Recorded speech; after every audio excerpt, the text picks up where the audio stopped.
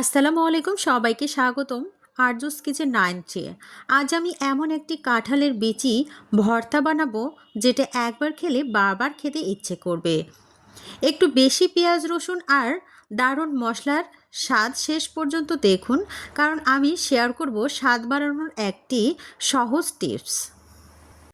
আজকে রেসিপির জন্য লাগবে কাঁঠালের বিচি, পেঁয়াজ রসুন, শুকনা মরিচ, কাঁচা মরিচ, সরিষার তেল, লবণ।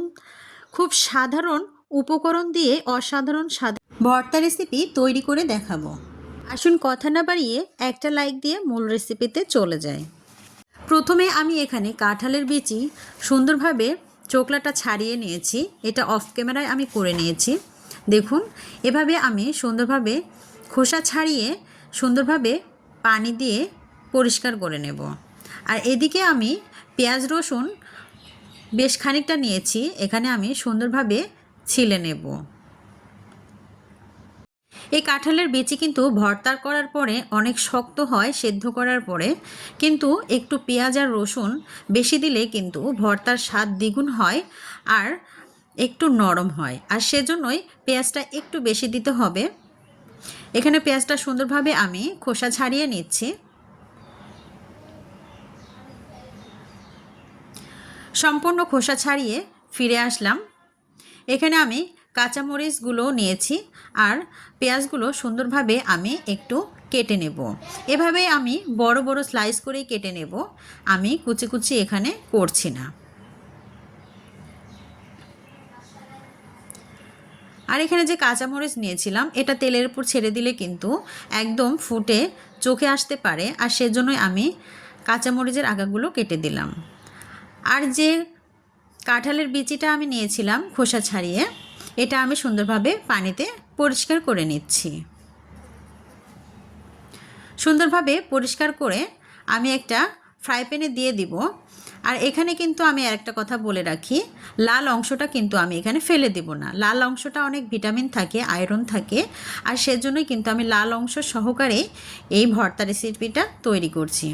ফ্রাই প্যানে পর্যাপ্ত পরিমাণ পানি দিয়ে একেবারে সেদ্ধ করে ফিরে আসলাম। দেখুন, অনেক সুন্দরভাবে সেদ্ধ হয়ে গিয়েছে। অফ ক্যামেরায় আমি সেদ্ধ করে নিয়েছি। আর এখানে চুলায় একটা ফ্রাই প্যান বসিয়ে দিয়েছি।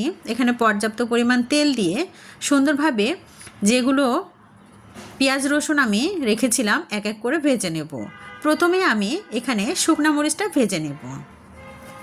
শুকনো মরিচটা সুন্দরভাবে লাল লাল করে ভেজে নিয়ে উঠিয়ে নেব। গরম ভাতের সঙ্গে এই কাঁঠালের বিচির ভর্তা সত্যি অসাধারণ লাগে। পেঁয়াজ আর রসুনের ফ্লেভার ভর্তাটিকে আরও মজাদার করে তোলে, আর সেজন্যই একটু পেঁয়াজ মরিচ বেশি দেওয়ার চেষ্টা করবেন, তাহলে কিন্তু ভর্তার স্বাদ দ্বিগুণ হয়ে যায়। এখানে যে পেঁয়াজ রসুন একদম মোটা মোটা করে রেখেছিলাম সেটা আমি এখানে দিয়ে দিলাম, সামান্য লবণ দিয়ে দিলাম, আর কিছুটা আমি এখানে হলুদ ছিটিয়ে দেব।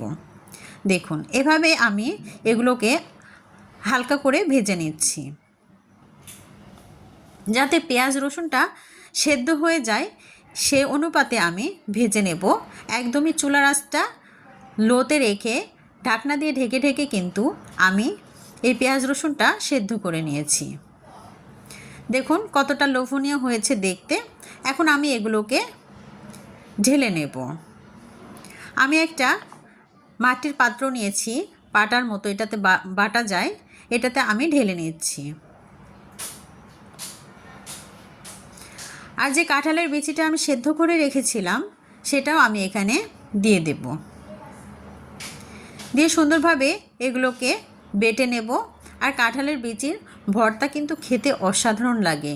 যদি একটু ঘুরিয়ে ফিরিয়ে অন্যভাবে ভর্তা করা যায় না, তাহলে কিন্তু খুবই ভালো লাগে। আর দেখুন, আমি একটা কাঠের হাতলের সাহায্যে সুন্দরভাবে এগুলোকে মিশিয়ে নিচ্ছি। সুন্দরভাবে মিক্সড করে নিচ্ছি। দেখুন অনেক সুন্দরভাবে এগুলো নরম হয়ে আছে, তো গলে যাচ্ছে। সম্পূর্ণটাই আমি মিক্সড করে ফিরে আসছি। আর যেগুলো রসুন আমি গোটা গোটা রেখেছিলাম সেগুলো আমি মিক্সড করে নিচ্ছি আর বেটে নিচ্ছি। আর এই আঁশগুলো যেগুলো আছে সেগুলো আমি হাত দিয়ে ছাড়িয়ে নেব, কারণ এই ছোট ছোট দেশি রসুনের কোয়াগুলো ছাড়ানো অনেকটাই কষ্ট হয়ে যায়। আপনারা চাইলে এরকম করে একটু চাপ দিলেই সুন্দরভাবে খোসাটা বের হয়ে আসে। আর এটা ফেলে দিলে দেখুন যে খুব সহজে এই ভর্তা রেসিপিটা তৈরি করা যায় এবং সময়ও বেঁচে যায়। এবার সুন্দরভাবে এগুলোকে বেটে নেব সবগুলো উপকরণ। এরপরে আমি ভেজে রাখা যে শুকনা মরিচ রেখেছিলাম সাইডে, সেটা আমি একটু লবণ দিয়ে মথে নিচ্ছি। সুন্দরভাবে গুঁড়ো করে নিয়ে এটার সঙ্গে আবারও বাটনা দিয়ে বেটে নেব, তাহলে কালারটা সুন্দর আসবে। একটু মেখে নিচ্ছি। এরপরে আমি আবারও বাটনা দিয়ে বেটে নেব। সমস্ত উপকরণগুলো সুন্দরভাবে মিহি করে বেটে নিচ্ছি। দেখুন একদম পেঁয়াজ আর রসুন দেওয়াতে সুন্দরভাবে নরম হয়ে গিয়েছে, আর ভর্তাটাও কিন্তু অনেকটা আকর্ষণীয় হয়েছে। খেতে কিন্তু অসাধারণ ছিল। আপনারা এভাবে ট্রাই করতে পারেন। খুবই সহজে এই ভর্তা রেসিপিটা তৈরি করা যায়, খুব অল্প পরিশ্রমে এবং ঘরোয়া উপকরণ দিয়েই। মিহি করে আমি বেটে নিচ্ছি।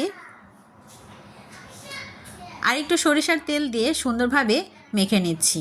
দেখুন কতটা লোভনীয় হয়েছে দেখতে, খেতেও মাশাআল্লাহ অনেক ভালো ছিল। আমি আপনাদের একটা সার্ভিং ডিশে সার্ভ করে দেখাচ্ছি। দেখুন কতটা লোভনীয় হয়েছে। আর একটু সরিষার তেল আমি দিয়ে সুন্দরভাবে তৈরি করে নিচ্ছি। দেখুন, আর এখানে কাঁচামরিচ আমি দিয়ে দিচ্ছি। কেমন লাগলো আমার এই রেসিপিটি অবশ্যই কমেন্ট বক্সে জানাতে ভুলবেন না। যারা একটা লাইক দিতে ভুলে গেছেন অবশ্যই একটা লাইক দিয়ে পুরো ভিডিওটি দেখে নেবেন। নতুন বন্ধুরা অলরেডি যারা আমার চ্যানেলে চলে এসেছেন অবশ্যই একটা লাইক দিয়ে পুরো ভিডিওটি দেখে নেবেন এবং পাশে থাকা বেল নোটিফিকেশন অল করে রাখবেন। যারা ভর্তা প্রেমিক আছেন তারা অবশ্যই এই ভিডিওটি সময় সুযোগ বুঝে দেখে নেবেন। সবাই ভালো থাকবেন। আল্লাহ হাফেজ।